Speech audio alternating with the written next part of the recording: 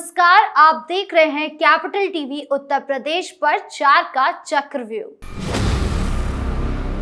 आज 4 के चक्रव्यूह की सबसे बड़ी खबर आपको बता दें, अयोध्या से जुड़ी है, जहां अयोध्या में राम मंदिर के ध्वजारोहण की तैयारी हो गई, तो वहीं दूसरी तरफ बाबरी मस्जिद को लेकर विवाद बढ़ता ही जा रहा है। तो क्या कुछ चल रहा है अयोध्या में, बताएंगे आपको। दिल्ली ब्लास्ट के बाद यूपी के कश्मीरी और कट्टरपंथी चक्रव्यूह में फंस गए हैं। दरअसल यूपी के संभल से कश्मीरी सुरक्षा गार्डों और मजदूरों की तलाश तेज हो गई है, इन्हें वापस भेजा जा रहा है। तो वहीं दूसरी तरफ मस्जिद से सफेद पाउडर मिलने से भी हड़कंप मच गया है। बताएंगे आपको ये पूरा मामला। यूपी में एसआईआर की प्रक्रिया शुरू हुआ हफ्ता भर हो गया है, लेकिन अभी तक विवाद थमने का नाम नहीं ले रहा है। एसआईआर पर विपक्ष लगातार सवाल उठा रहा है, जिसके बाद अब केशव प्रसाद मौर्य के पलटवार से विपक्ष चक्रव्यूह में फंस गया है। आखिरी चक्रव्यूह में फंसा है बदायूं का स्कूल, जहां छात्राओं के बैग में पानी की बोतल हटाकर चालाकी से पेशाब की बोतल रख दी गई, साथ ही बाथरूम में अश्लील मैसेज लिखे गए। तो किसने की शांति भंग करने की कोशिश और क्या है पूरा मामला, बताएंगे आपको। तो चलिए शुरू करते हैं 4 का चक्रव्यूह। शुरुआत करते हैं 4 के चक्रव्यूह की सबसे बड़ी खबर से, जो अयोध्या से जुड़ी है। अयोध्या के राम मंदिर में पहली बार भव्य ध्वजारोहण होने जा रहा है। तैयारियां जोरों पर है। लेजर शो, विशेष पूजा अर्चना, देश विदेश से आने वाले श्रद्धालुओं के लिए भव्य व्यवस्था और सबसे खास बात, पीएम मोदी की मौजूदगी में होने वाला है ये आयोजन। लेकिन इस बीच सियासी हवा का रुख अचानक बदल गया। समाजवादी पार्टी के रामपुर लोकसभा सांसद और दलित चेहरा अवधेश प्रसाद ने बड़ा बयान दे दिया। उन्होंने कहा कि वो सारी दुनिया का काम छोड़कर नंगे पांव अयोध्या जाएंगे और राम मंदिर में मत्था टेकेंगे। ये वही समाजवादी पार्टी है जिसने 30 साल तक राम मंदिर आंदोलन का सांप्रदायिक बताकर खारिज किया। यही मुलायम सिंह यादव की सरकार थी जिन्होंने 1990 में कार सेवकों पर गोलियां चलवाई थी। यही अखिलेश यादव थे जिन्होंने राम मंदिर निर्माण के बाद भी एक बार प्राण प्रतिष्ठा में जाने से इनकार कर दिया था। अब अचानक अवधेश प्रसाद का ये बयान आया है तो सवाल उठना तो स्वाभाविक है। क्या ये सपा की पुरानी छवि से पीछा छुड़ाने की कोशिश है? क्या 2027 के विधानसभा चुनाव से पहले दलित वोट बैंक को साधने की रणनीति है, या फिर सच में कोई आध्यात्मिक जागरण हो गया है?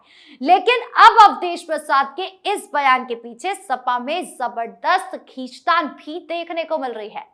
एक धड़ा इसे सही कदम बता रहा है तो दूसरा धड़ा कह रहा है कि इससे पार्टी की सेक्युलर छवि को नुकसान पहुंचेगा। लेकिन सबसे मजेदार बात यह है कि अवधेश प्रसाद ने यह बयान तब दिया जब पता चला कि पीएम मोदी इस बार हनुमानगढ़ी नहीं जाएंगे और कार्यक्रम में थोड़ा बदलाव किया गया है। यानी सपा को मौका मिल गया कि वो खुद को राम भक्त दिखाने की कोशिश करे।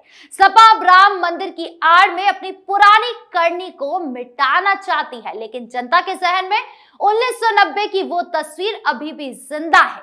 देखना यह है कि नंगे पांव चलने का वादा करने वाले अवधेश प्रसाद कब अयोध्या पहुंचते हैं और सपा का अगला कदम क्या होगा। बढ़ते दूसरी खबर की ओर जो संभल से जुड़ी है। दिल्ली में 10 नवंबर 2025 को हुए बम धमाके में कश्मीरी कनेक्शन उजागर होने के बाद संभल में भी खुफिया एजेंसियां और पुलिस प्रशासन सतर्क हो गया है। इसी कड़ी में जिले में मीट फैक्ट्रियां, शुगर मिल और अन्य औद्योगिक इकाइयों में काम कर रहे कश्मीर से आए मजदूरों को सुरक्षा गार्डों का सत्यापन किया जा रहा है। 13 कश्मीरी वापस भेजे जा चुके हैं और 25 और कश्मीरियों को 25 नवंबर को वापस भेजा जाएगा। यह अभियान सुरक्षा को मजबूत करने और किसी भी संदिग्ध गतिविधियों को समय रहते रोकने के उद्देश्य से किया जा रहा है। संभल में कुल 73 कश्मीरी सुरक्षा गार्ड और श्रमिक कार्यरत थे। सबको भेजने की तैयारी हो रही है।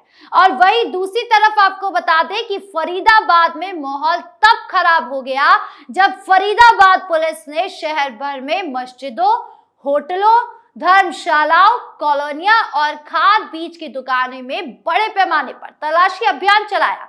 तलाशी के दौरान डबुआ स्थित त्यागी मार्केट की जामा मस्जिद से एक संदिग्ध पाउडर बरामद हुआ, जिससे सुरक्षा एजेंसियों की सतर्कता और बढ़ गई। इस पाउडर का सैंपल लैब में भेजा गया, जहां जांच के बाद यह स्पष्ट होगा कि यह सामग्री विस्फोटक से जुड़ी है या किसी अन्य उपयोग की है। अगर ये विस्फोटक निकला तो अच्छे मस्जिद पर ताला लगना तो तय है और कट्टरपंथियों पर भी गाज गिरनी तय है।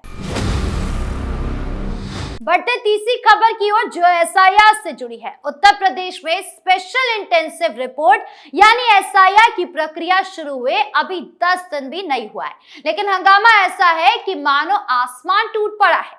विपक्षी दलों यानी समाजवादी पार्टी, कांग्रेस और बहुजन समाज पार्टी ने एक सुर में इसे राजनीतिक प्रतिशोध की कार्रवाई और लोकतंत्र की हत्या करार दिया है। सपा के बड़े बड़े नेता प्रेस कॉन्फ्रेंस करके चिल्ला रहे हैं कि योगी सरकार सिर्फ विपक्षी नेता को फंसाने के लिए एसआईआर का सहारा ले रही है। कांग्रेस कह रही है कि ये इमरजेंसी से भी बदतर दौर है। बसपा मौन है, लेकिन उसके समर्थक सोशल मीडिया पर दलितों को कुचला जा रहा है का नरेटिव चला रहे हैं। लेकिन इसी शोर के बीच उप मुख्यमंत्री केशव प्रसाद मौर्य ने विपक्ष की सारी हवा टाइट कर दी। लखनऊ में पत्रकारों से बात करते हुए मौर्य ने जो कहा वो अब सोशल मीडिया से लेकर चाय की टपरी तक पर वायरल हो गया। उन्होंने तंज कसते हुए कहा कि जिनके दिल में वोट चोरी का डर बैठा है, जिन्होंने दशकों तक बूथ लूटा है, फर्जी वोट डाले हैं, जिन्होंने गरीबों का हक छीना है, वही लोग एसआईआर पर हाय तौबा मचा रहे हैं। चोर की दाढ़ी में तिनका वाला मामला है, जिसका दामन साफ है, उसे एसआईआर से डरने की कोई जरूरत नहीं है। केशव मौर्य ने सीधे अखिलेश यादव पर भी निशाना साधते हुए कहा कि जो लोग 2017 से पहले दिन दहाड़े बूथ कैप्चर करते थे, जो सरकारी गाड़ियों में भर भर कर गुंडे ले जाकर वोट डलवाते थे, वो आज लोकतंत्र की दुहाई दे रहे हैं। एसआईआर की रिपोर्ट आएगी तो कई लोग जेल की हवा खाएंगे। सपा ने तो अपने सांसदों, विधायकों को निर्देश दे दिया है कि वो अपने अपने क्षेत्रों में धरना प्रदर्शन करें, एसआईआर को फांसीवादी कदम बताएं, लेकिन जनता का मूड कुछ और ही बता रहा है। सोशल मीडिया पर ज्यादातर लोग योगी सरकार के इस कदम का समर्थन कर रहे हैं। यानी योगी मौर्य की जोड़ी ने साफ कर दिया है कि इस बार किसी को बख्शा नहीं जाएगा। अब देखना यह है कि एसआईआर की अंतिम रिपोर्ट में कितने बड़े नाम बाहर आते हैं और 2027 के पहले विपक्ष कितना कमजोर पड़ता है। फिलहाल तो केशव मौर्य का एक बयान ही विपक्ष को चक्रव्यूह में फंसा रहा है। बढ़ते चौथी खबर की ओर, जो बदायूं के स्कूल से जुड़ी है। चमेली देवी हायर सेकेंडरी स्कूल में पढ़ने वाली कुछ छात्राओं ने आरोप लगाया था कि गैर समुदाय के छात्रों ने उनकी पानी की बोतल में पेशाब मिलाकर उनके बैग में रख दिया। इसके अलावा स्कूल में बने बाथरूम की दीवारों पर अश्लील मैसेज लिखे गए। छात्राओं ने इस मामले की शिकायत स्कूल प्रबंधन से की तो कोई सुनवाई नहीं हुई। इसके बाद छात्राओं ने मामले की जानकारी अपने परिवार वालों को दी। परिवार वालों ने भी स्कूल प्रबंधन से बात की, लेकिन उन्हें कहा गया कि बच्चों को समझा देंगे। इसके बाद उन्होंने करणी सेना और विश्व हिंदू परिषद के कार्यकर्ताओं को सूचना दी, जिससे स्कूल में हंगामा मच गया। इस दौरान स्कूल प्रबंधक विनोद कुमार ने भी करणी सेना के नगर अध्यक्ष शिव सेवक गुप्ता पर आरोप लगाए। उन्होंने कहा कि शिव सेवक गुप्ता करीब 150 लोगों के साथ स्कूल में घुस गए, साथ से अभद्रता की, कुछ छात्रों के साथ मारपीट भी की। इतना ही नहीं, उन लोगों ने जबरन घंटी बजाकर स्कूल की छुट्टी भी करवा दी। प्रबंधक की ओर से तहरीर दी गई कि वही शिव सेवक गुप्ता की तहरीर पर पुलिस ने 3 अज्ञात छात्राओं के खिलाफ मुकदमा दर्ज किया और उनके परिवार से जुड़े 4 लोगों को शांति भंग करने के मामले में गिरफ्तार भी किया गया।